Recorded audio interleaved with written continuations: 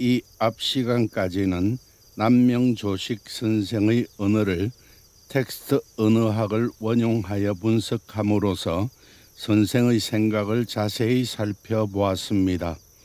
오늘부터는 지금까지 살폈던 사실들을 바탕으로 남명 선생의 삶을 정리하여 살펴봄으로써 전체를 마무리하도록 하겠습니다. 화면에서 보듯이 남명 선생의 삶에는 1. 처사로서의 삶, 2. 학자로서의 삶, 3. 선비로서의 삶, 4. 스승으로서의 삶, 이 네 가지의 뚜렷한 삶의 모습이 있습니다. 여기에 대하여 살펴보겠습니다. 사람은 말을 가지고 태어납니다. 이것은 언어학자라면 누구라도 인정하는 일입니다. 머릿속에 있는 이 말이 곧 마음입니다. 마음에서 말이 일어 생각이 되고 그 말이 밖으로 나와 들으리에게 전달됨으로써 사람끼리는 서로 합력하고 협력합니다. 사람은 말로서 존재하며 자아를 형성하고 사회를 이루어 갑니다. 사람의 말은 음성기호의 체계로 이루어져 있습니다. 사람은 이러한 말을 하기에 단순한 기호 체계를 가지는 동물과는 구별됩니다. 남명 선생의 학기류편 49쪽에서는 사람의 존재에 대해 다음과 같이 써두고 있습니다. 주자가 말하였다. 무극의 진리와 음양, 오행의 정기가 묘하게 합하여 응결되는데 하늘의 도는 남자가 되고 땅의 도는 여자가 된다. 이 두 기운이 서로 교감하여 만물을 낳는데 만물이 생기고 또 생겨서 변화가 끝이 없게 된다. 오직 사람만이 그 빼어난 기운을 얻어 가장 신령스러운 존재가 된다. 형체가 생긴 뒤에는 정신이 지적인 작용을 낳게 된다. 여기에서 보면 사람만이 그 빼어난 기운을 얻어 가장 신령스러운 존재가 된다고 하면서 형체가 생긴 뒤에는 정신이 지적인 작용을 낳게 된다고 합니다.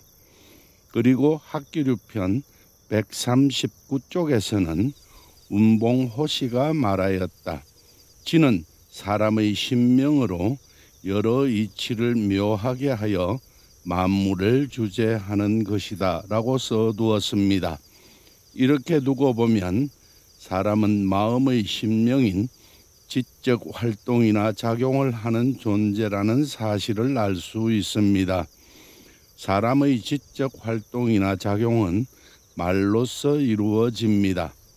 남명 선생은 신명사도와 신명사명을 통하여 이러한 사실을 설명하고 있습니다. 신명사도명의 구조물이나 벼슬 이름으로 나타난 심성구조는 현대 언어학의 아버지라 일컬어지는 구조주의 언어학자 쇼슈르의 언어구조와 놀랍도록 일치하고 있습니다. 이것은 남명 선생의 신명사도와 신명사명의 심성구조가 쇼시르에 의해서 확인되었음을 의미합니다.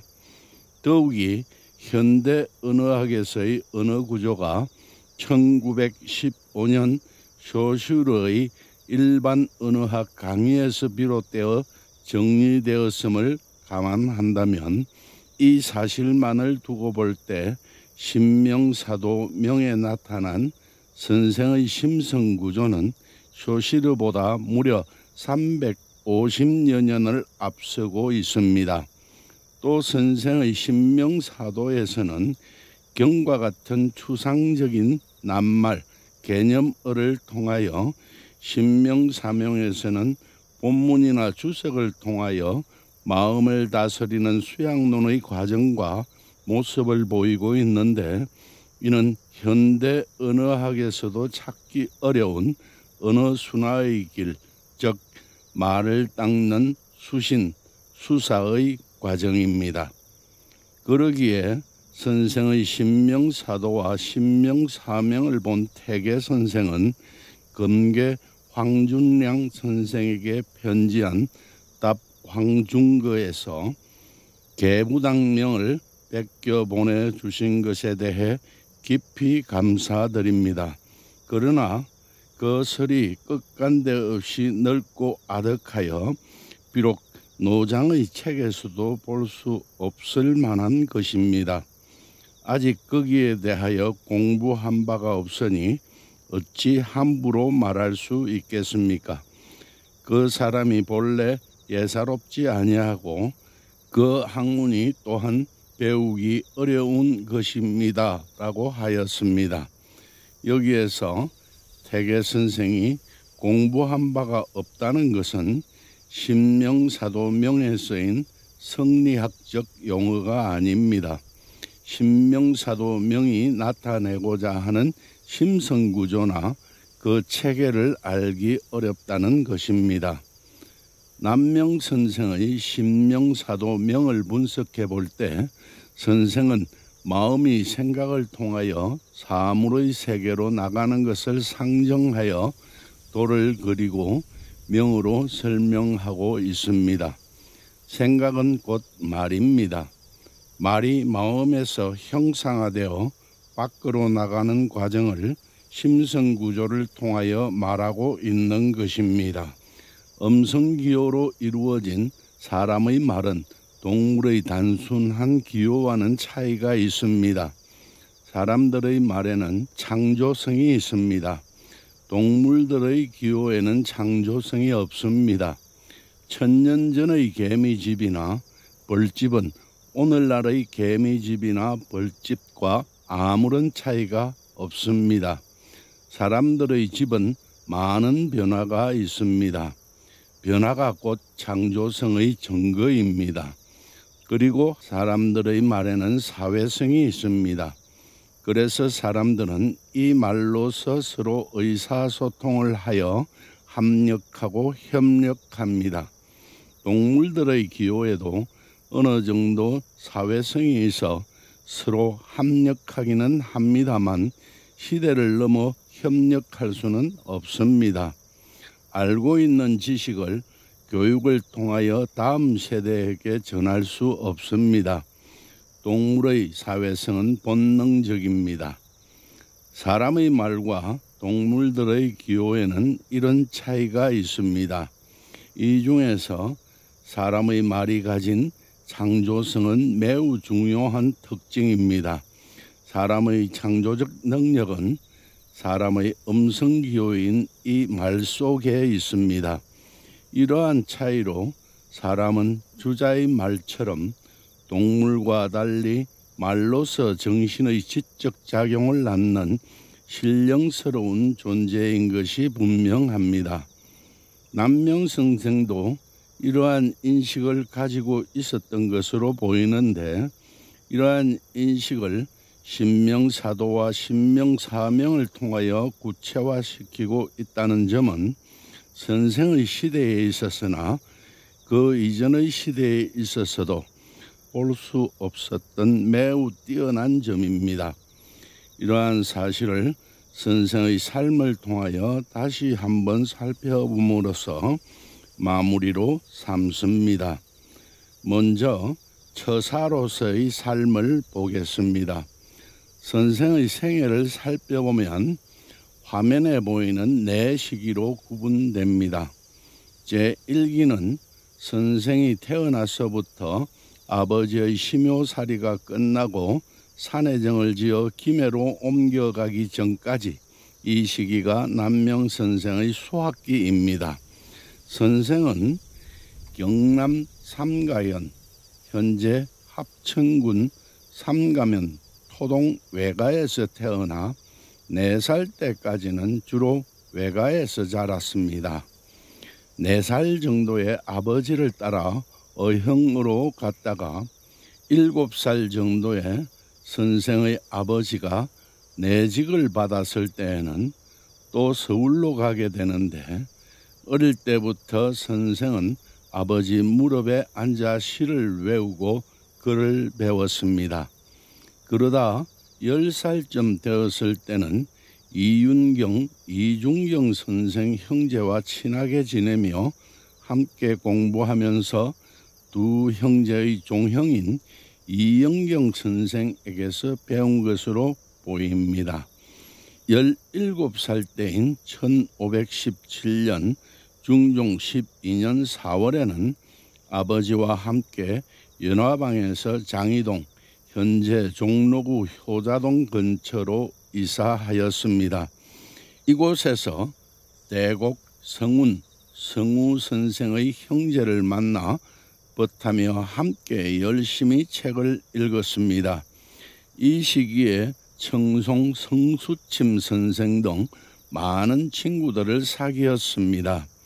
나이 18살에는 함경도 단천 군수로 떠나는 아버지를 모시고 함경도 단천으로 갔다가 돌아오는데, 이 시기에 경사자를 두루 섭렵하여 깨달아 알고 천문, 지지, 의방, 국마, 행진, 관방, 진술 등에도 뜻을 두고 궁구하여 세상에 응하는 쓰임으로 삼았습니다.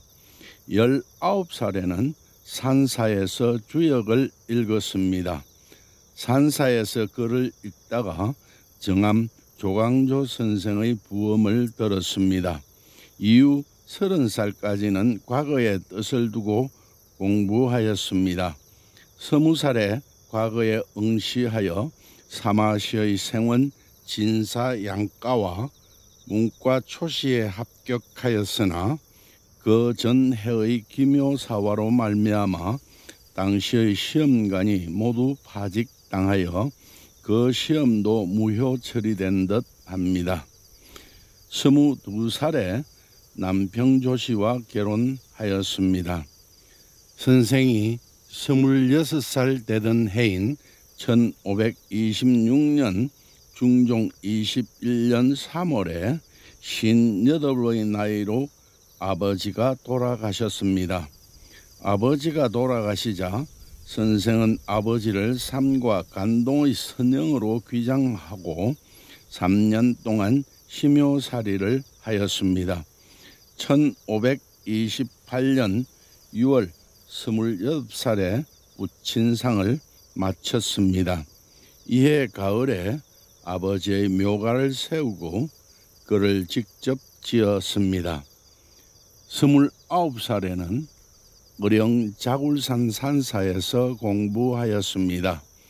여기까지가 선생의 수학기로 과거의 뜻을 두면서도 과거에만 집착하지 아니하고 세상에 쓰임이 있는 공부를 두루 하였습니다. 남명 선생은 1530년 중종 25년 30살 되던 해 처갓집이 있는 김해 신의산 및 탄동으로 이사하였습니다.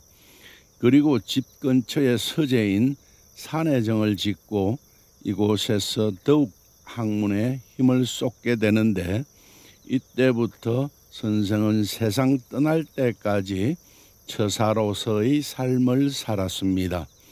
1545년 11월 어머니가 돌아가셔서 삼가 선영에 모시고 심요살이를 시작하게 되는데, 그 전까지를 저는 제2기 산해정 시대로 보았습니다. 산해정 시대에 들어서면서 남명 선생의 삶은 큰 전환점을 맞이하게 됩니다. 1531년 남명 선생의 나이 31살에 문장이 과거에 적합하지 않다고 여기고 평이하고 간실한 글을 쓰기 위하여 처음으로 성리대전을 읽게 되었습니다. 성리대전을 읽다가 원나라의 학자 노제 허형의 글을 읽게 되었습니다. 이윤의 뜻을 뜻으로 삼고 이윤은 은나라 탕임금을 도와 천하 통일의 기틀을 마련한 인물입니다. 안자의 학문을 학문으로 삼아 안자는 안회로 공자의 수제자입니다. 가난과 함께 학문을 즐겼던 인물입니다. 벼슬에 나아가서는 경륜을 펴서 업적을 이루고 초야에 있으면서는 지조를 지켜야 한다. 대장부라면 마땅히 이와 같이 해야 한다. 벼슬에 나아가 아무 하는 일도 없고 초야에 있으면서 아무런 지조도 지키지 않는다면 뜻을 세우고 학문을 닦아 장차 무엇을 하겠는가. 남명선생은 이 글을 통하여 크게 깨달아 실리를 위한 공부를 접고 위기지약의 뜻을 두었습니다.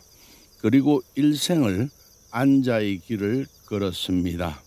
오늘은 여기까지 하겠습니다.